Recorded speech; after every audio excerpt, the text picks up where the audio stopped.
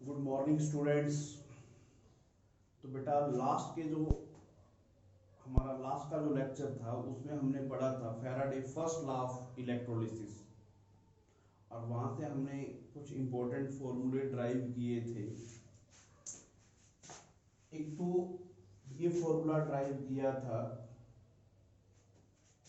मास deposit, मैं यहाँ पे लिख रहा हूँ W is equal to Z into Q. Z electrochemical equivalence था, क्यू क्या था, चार्ज था। और we know that Q is equal to I T होता है, Q is equal to I into T था। तो W इज इक्वल टू क्या था, Z into I into T. फिर जो हमने दूसरा फॉर्मूला पढ़ा था W is equal to A by N 96500 into I into T भी पढ़ा था। जेड को हमने कैलकुलेट करना सीखा था। फिर हमने नंबर ऑफ मोल्स निकालने का भी पढ़ा था, W by A that is equal to I into T N factor. तो देखो given mass divide by molar mass, ये चीज होती थी नंबर ऑफ मोल्स के। ये चीजें हमने लास्ट के लेक्चर में पढ़ी थी। हम इसके बेस के ऊपर न्यूमेरिकल्स भी करेंगे आज। तो उससे पहले मैं Faraday second law of electrolysis के बारे में डिस्कस करने जा रहा हूँ। तो फैराडे का सेकंड लॉ क्या था electrolysis, Faraday second law of electrolysis क्या था। अगर हमारे पास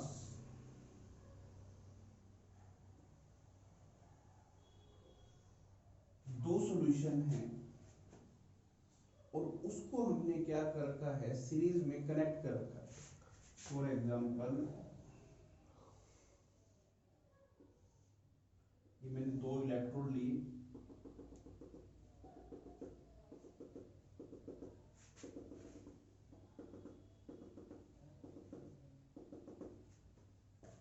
और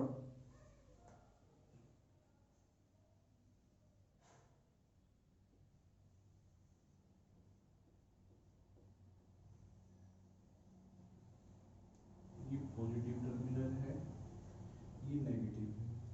तो ये नेगेटिव है, तो ये क्या है, पॉजिटिव टर्मिनल। अगर हमारे पास दो सॉल्यूशन हैं और वो क्या है, सीरीज में क्या है, कनेक्ट हैं, इसके ऊपर एक लॉ दिया था फैराडे ने, जिसका नेम था Faraday second law of electrolysis. तो क्या स्टेटमेंट है,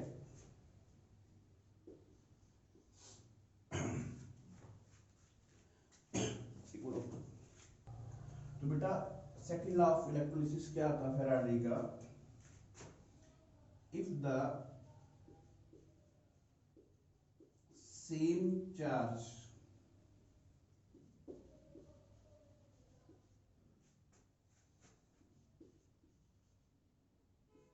pass through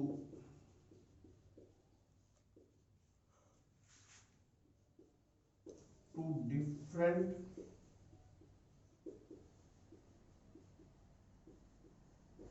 electrolytic solution,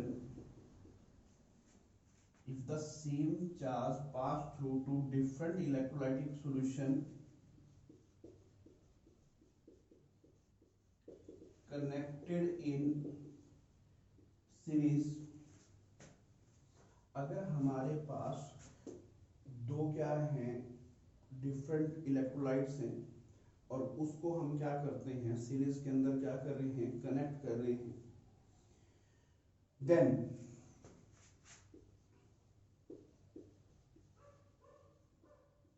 mass of substance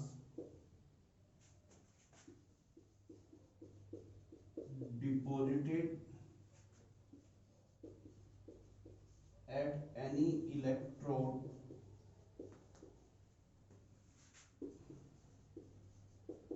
that is directly proportional to their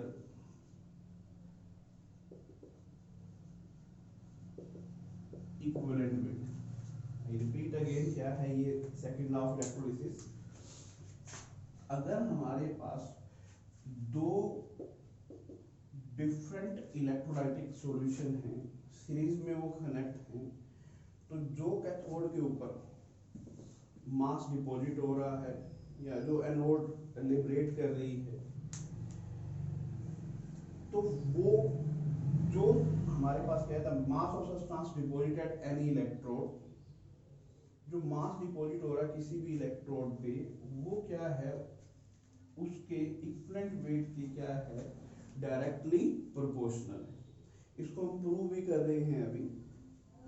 तो देखिए, सपोज यहाँ पर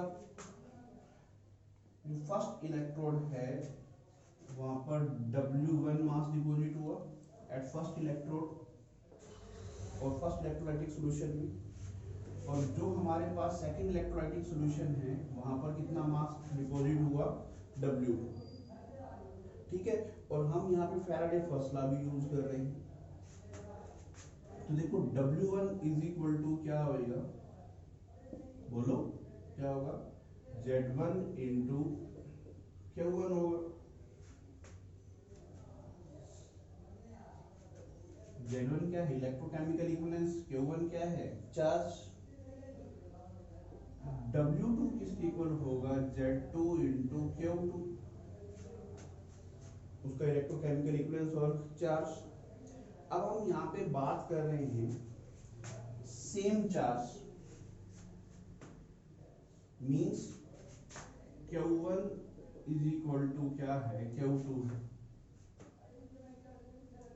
ठीक है, तो मैं यहाँ पर Q1 लिख सकता हूँ या यहाँ पर क्या लिख सकता हूँ, Q2 लिख सकता हूँ, क्योंकि Q1 और Q2 क्या है, सेम है। तो यहाँ पर Q2 लिखा हुआ था तो उसकी जगह मैंने क्या लिख दिया, Q1 लिख दिया। तो यहाँ से आप क्या देख रहे हैं, W1 डिवाइड बाय W2 इसकी इक्वल आ रहा है। W1 किसके इक्वल था, Z1 के इक्वल था।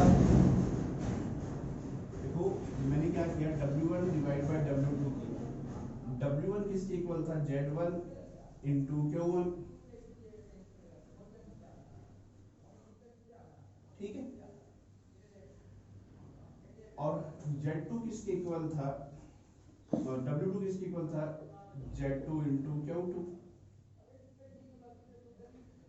ठीक है, तो देखो Z1 हमारे पास यहां से देखिए इस फॉर्मूले से Z किसके इक्वल है, A बाय N 96500 के इक्वल। तो मैं यहाँ पे ये वैल्यू इसकी पुट कर रहा हूँ, W1 is equal to A1 का मतलब एटॉमिक मास, उसका n factor N1 into 96500 into Q1। W2 क्या होगा, A2 डिवाइड बाय उसका n factor N2 into Q2। तो मैंने पहले भी बताया Q1 और Q2 सेम है, तो मैं यहाँ पर क्या लिख रहा हूँ, Q1 ही लिख रहा हूँ 96500, ये W1 डिवाइड बाय, तो देखो Q1 से Q1 कैंसिल, 9650 से 9650 कैंसिल, तो यहाँ पर क्या बचा, A1 by N1, atomic mass divide by n factor या molar mass divide by n factor, वो क्या होता है, इक्विवेलेंट वेट के इक्वल होता है। तो देखो W1 किसके इक्वल आ गया, E1, W2 A2 by N2, atomic mass divide by n factor, यही तो हमने यहाँ पे लिखा। अगर सेम चार्ज पास कर रहे हैं डिफरेंट इलेक्ट्रोलाइटिक सॉल्यूशन जो सीरीज में कनेक्ट हैं, तो जो भी मास डिपॉजिट हो रहा है वो उसके इक्विवेलेंट मास के क्या है, डायरेक्टली प्रोपोर्शनल है। ठीक है, तो इसके बेस के ऊपर हम अभी न्यूमेरिकल करेंगे। तो बेटा एक न्यूमेरिकल हमारे पास हम सॉल्व करने जा रहे हैं, calculate the number of coulomb required to deposit 40.5 gram of aluminium when electrode reaction is this way। तो देखिए ये इक्वेशन हमें क्या बता रही है, इफ 3 मोल इलेक्ट्रॉन्स लेके चल रहे हैं तो हमारे पास 1 मोल एल्यूमिनियम क्या हो रहा है, डिपॉजिट हो रहा है। तो हमने लास्ट लेक्चर में ये भी पढ़ा था, charge on 1 mole electron, charge on 1 mole electron that is 1 Faraday. तो यहां पर कितने मोल हैं, 3 मोल। तो 3 मोल मीन अगर हम 3 फैराडे चार्ज पास करते हैं तो 1 मोल एल्यूमिनियम डिपॉजिट होता है। 1 मोल एल्यूमिनियम का मास कितना होता है, 27 ग्राम। ये बात आपको बहुत अच्छे तरीके से क्लियर होनी चाहिए। 3 इलेक्ट्रॉन्स का मतलब यहाँ पर क्या है, 3 मोल इलेक्ट्रॉन है। अगर 3 मोल इलेक्ट्रॉन का मतलब क्या होता है, 1 मोल इलेक्ट्रॉन्स के ऊपर जो चार्ज होता है दैट इज 1 फैराडे। तो 3 मोल इलेक्ट्रॉन के ऊपर जो चार्ज होगा दैट इज 3 फैराडे। तो अगर 3 फैराडे चार्ज है तो हमारे पास एल्यूमिनियम 1 मोल डिपॉजिट हो रहा है और 1 मोल का मास कितना हो रहा है, 27 ग्राम होता है। और यहाँ पे हमारे पास कूलम में पूछा है, तो एक कूलम में हमें पता है 96500 कूलम होते हैं। व्हेन दिस वन चार्ज, अगर इतना चार्ज है, if 3 into 96500 coulomb charge is passed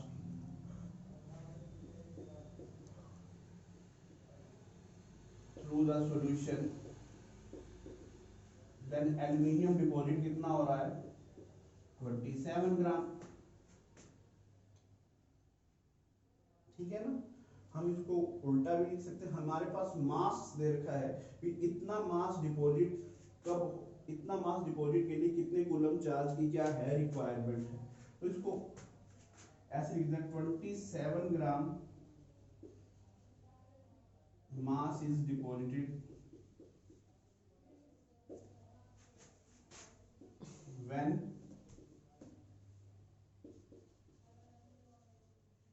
charge कितना है, 3 into 96500 कूलम। ठीक है। और अगर 1 ग्राम मास डिपॉजिट है तो कितना होगा, 3 into 96500 डिवाइड बाय 27। और अगर हमारे पास क्या है, 40.5 ग्राम मास इज डिपॉजिट, तो कितना होगा, 3 into 96500 27 40.5। अगर हम इसको सॉल्व कर लेते हैं तो हमारे पास आंसर आ जाएगा चार्ज के अंदर कितने डैश कूलम। अगर इसको हम सॉल्व करते हैं तो हमारे पास जो चार्ज आ रहा है वो आ रहा है 4.32 into 10 to power 5 कूलम। ठीक है। तो ये था हमारे पास एक सिंपल सा numerical Faraday first law of electrolysis के ऊपर। तो बेटा यहाँ पे ये देखिए, silver is electro deposited on A metallic vessel of a surface area. हमारे पास एरिया गिवन है कितना, 900 centimetre square. By passing A current, यानी आई की वैल्यू क्या है, 0.5 एम्पियर है, फॉर 2 आवर्स। जो हमारे पास टी है वो 2 आवर्स है और हमें टाइम चाहिए सेकंड के अंदर।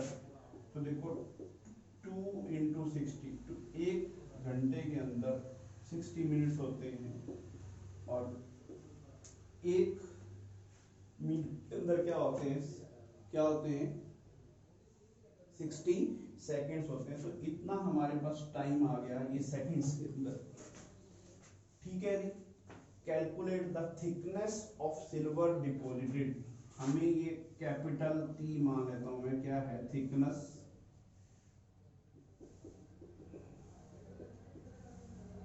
ये हमने कैलकुलेट करनी है। डेंसिटी भी दे रखी है सिल्वर की, कितनी है, 10.5 ग्राम पर सेंटीमीटर क्यूब। एटॉमिक मास जिसको हमने 8 से लिखा था वो गिवन है कितना 108 ग्राम। ठीक है, तो थिकनेस हमने क्या करनी है, कैलकुलेट करनी है। तो देखिए ये न्यूमेरिकल सीबीएसई 2006 में एक बार पूछा भी गया है। तो देखो अगर मैं ये फॉर्मूला लगाऊं W is equal to A into I into T divide by N 96500, तो ये क्या था, मास डिपॉजिट जितना हो रहा है वो आ जाएगा हमारे पास। E कितना है 108, आई कितना है 2 एम्पियर, टाइम कितना है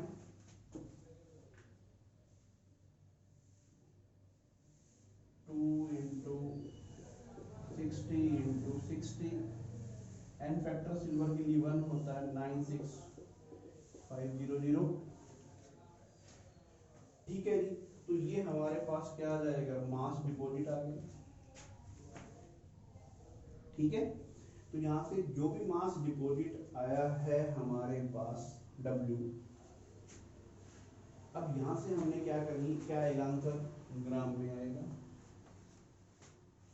अब हमें क्या करना है, थिकनेस कैलकुलेट करनी है। आपको ये पता है डेंसिटी क्या होता है, मास पर यूनिट वॉल्यूम होता है, और वॉल्यूम क्या होता है, एरिया इनटू थिकनेस। तो यहाँ से थिकनेस क्या होगी, मास एरिया इनटू डेंसिटी। मास आपको पता है, यहाँ से जो आएगा वो मास की वैल्यू पुट करोगे, एरिया 900 सेंटीमीटर स्क्वायर दे रखा है, डेंसिटी 10.5 दे रखी है, तो आपके पास यहाँ पर क्या हो जाएगा, थिकनेस आ जाएगी। ठीक है, देखो आई रिपीट अगेन, यहाँ से आपने W मास डिपॉजिट आपने कैलकुलेट कर दिया, वो मास हमें फाइंड आउट हो गया। डेंसिटी का फॉर्मूला था मास पर यूनिट वॉल्यूम, वॉल्यूम होता है एरिया इनटू थिकनेस। एरिया हमारे पास गिवन है, टी को मैं इस साइड ले गया, डी नीचे ले आया, तो एम पता है, ए पता है, डी पता है, वैल्यू पुट करोगे आंसर आ जाएगा आपके पास। ठीक है, तो अब हम नेक्स्ट न्यूमेरिकल सॉल्व करने जा रहे हैं। तो हमारे पास नेक्स्ट न्यूमेरिकल है, two electrolytic cell containing AgNO3 solution and dilute H2SO4 solution. हमारे पास दो इलेक्ट्रोलाइटिक सॉल्यूशन है, एक्वस AgNO3 और दूसरा क्या है, एक्वस H2SO4 सॉल्यूशन। एक्वस का मीनिंग इस AgNO3 में क्या है, वाटर भी है। ये तो यहाँ पर जो हमारे पास आयन बनेंगे वो क्या आएंगे, Ag positive, NO3 negative, H positive, OH negative, H2SO4 क्या देगा, H positive, SO4 negative, water क्या देगा, H पॉजिटिव, OH। देखो हमारे पास दो electrolytic cell, two electrolytic cell containing AgNO3 solution and dilute H2SO4 solution, और जो यहाँ पर करंट पास कर रहे हैं, I की वैल्यू क्या है 2.5 एम्पियर। कि कितना मास डिपॉजिट हो रहा है, मास डिपॉजिट कितना हो रहा है 1.078 ग्राम। कहता है how much charge was consume, तो कितना चार्ज क्या होगा, कंज्यूम होगा। तो सिंपल ये है हमारे पास, W is equal to Z into क्या होता है, और Z का हमने ये फॉर्मूला पढ़ा था A divide by n factor 96500। W हमें दे रखा है 1.078 ग्राम, ये होता है 107.8 ग्राम जो एक्चुअल होता है हमारे पास सिल्वर का मास, n फैक्टर 1 होता है 96500 इंटू क्यू। तो यहाँ से हमारे पास क्या आ जाएगा, क्यू की वैल्यू आ जाएगी, क्यू किसके इक्वल आएगा 107.8, ये नीचे आएगा 107.8 ये सॉरी ये 96500 ऊपर चला जाएगा। इसको अगर हम सॉल्व करते हैं 1, ये आ रहा है 100 और 96,496,500 कूलम होता है 1 फैराडे के इक्वल। तो इसको अगर हम सॉल्व करते हैं तो क्या आ रहा है 0.01, 96,500 कूलम का मतलब 1 फैराडे। तो हमारे पास जो चार्ज आ रहा है वो कितना आ रहा है, वो 0.01। How much charge was consume, तो 1.078 ग्राम मास डिपॉजिट होने के लिए जो चार्ज की रिक्वायरमेंट है दैट इज 0.01 फैराडे। अगर कूलम में है तो 96,500 से मल्टीप्लाई किया हुआ। कंफ्यूज मत होना, मैंने थोड़ी सी कैलकुलेशन इजी करने के लिए ये 96,500 हटा दिया था। कैसे 1 और ये तो 100, ये तो हो गया 0.01, 96,500 कूलम होता है 1 फैराडे। तो फैराडे में मैंने ये लिखा है चार्ज। नेक्स्ट हमें कैलकुलेट करना है what of the weight of oxygen gas liberated. तो देखो बेटा OH यहाँ पर भी और यहाँ पर भी, ठीक है ना। तो OH का ऑक्सीडेशन पोटेंशियल NO3 और SO4 नेगेटिव से ज्यादा होता है। तो यहाँ पर OH नेगेटिव आयन क्या होंगे, ऑक्सीडाइज होंगे, ठीक है। तो उसकी इक्वेशन हमें लिखनी पड़ेगी।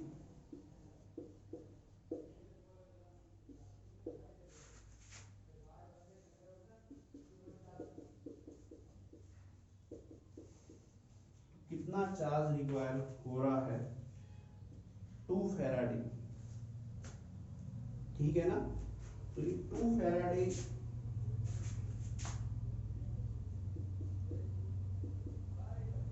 चार्ज अगर हम पास करते हैं तो हाफ O2 का मतलब O2 का मोलर मास होता है 32, हाफ O2 का मतलब 16 ग्राम डिपॉजिट हो रहा है। नहीं आया होगा समझ में। तो देखो 2 फैराडे हो रहा है तो हाफ O2 डिपॉजिट हो रही है। O2 का मास 32 होता है, हाफ का मतलब 16। 2 फैराडे है तो 16 ग्राम डिपॉजिट हो रही है। 1 फैराडे होती तो क्या होती, 16/2 होती। और 0.01 फैराडे है तो कितनी डिपॉजिट, तो कितनी ऑक्सीजन गैस लिबरेट होती, 0.08 ग्राम। तो 0.08 ग्राम यहाँ पर लिबरेट हो रही है, 0.08 ग्राम यहाँ पर लिबरेट होगी, ठीक है। तो हमारे पास टोटल ऑक्सीजन कितनी आई जो लिबरेट हो रही है, but of the weight of oxygen gas liberated. तो टोटल ऑक्सीजन कितनी लिबरेट हुई, 0.08 प्लस 0.08, इसको ऐड कर देंगे, आंसर आ जाएगा, ठीक है। तो ये कुछ न्यूमेरिकल्स थे हमारे पास Faraday first law and second law of electrolysis के।